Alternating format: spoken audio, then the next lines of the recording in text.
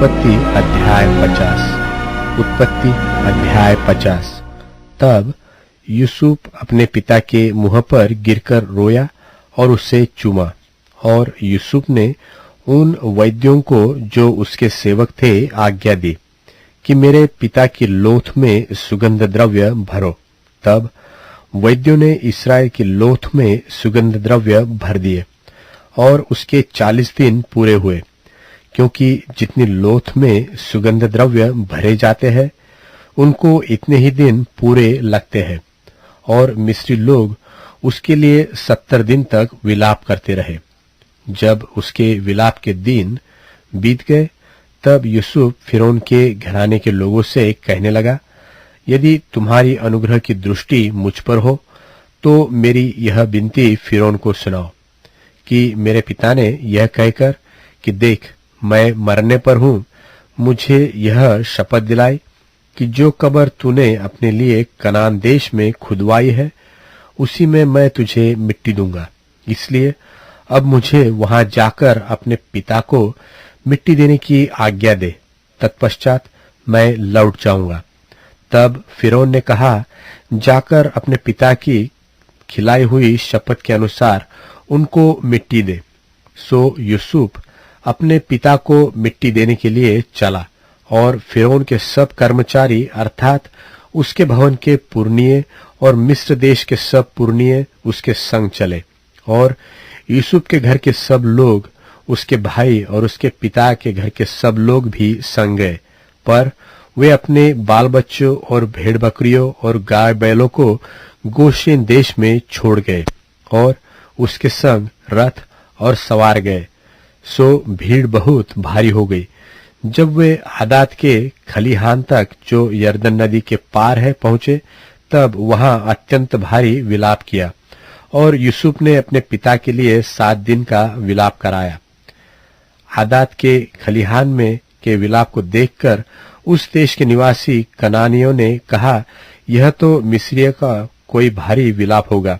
इसी कारण उस स्थान का नाम आबेल मिस्रैम पड़ा और यह यरदन के पार है।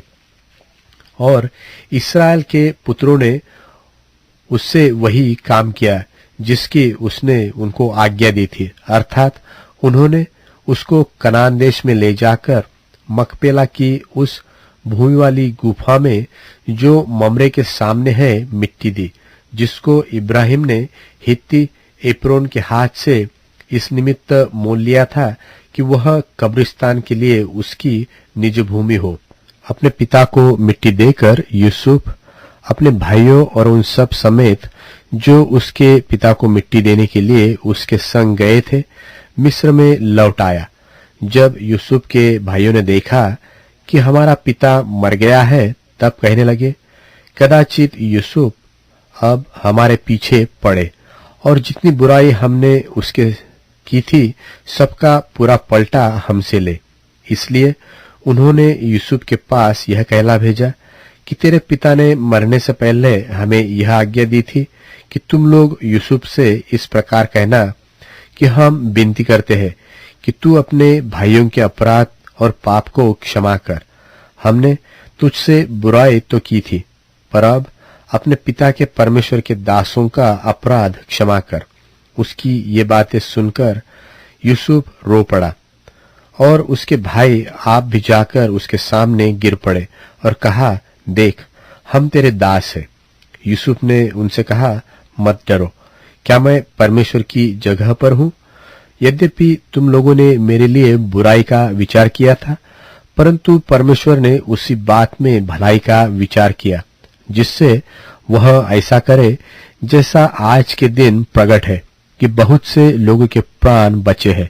सो अब मत डरो, मैं तुम्हारा और तुम्हारे बाल बच्चों का पालन पोषण करता हूं।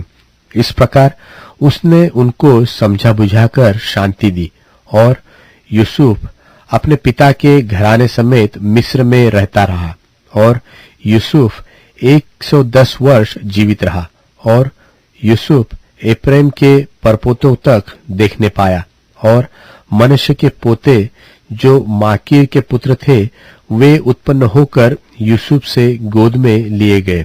और यूसुफ ने अपने भाइयों से कहा, मैं तो मरने पर हूं, परंतु परमेश्वर निश्चय तुम्हारी सुधि लेगा और तुम्हें इस देश से निकालकर उस देश में पहुंचा देगा जिसके देने की उसने इब्राहिम, इसहाक और याकूब से शपथ खाई थी।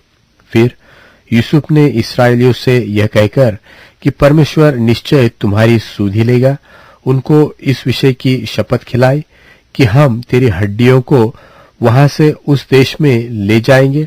निदान यूसुफ 110 वर्ष का होकर मर गया और उसकी लोथ में सुगंध द्रव्य भर गए और वह लोथ मिस्र में एक संदूक में रखी गई। मिस्र में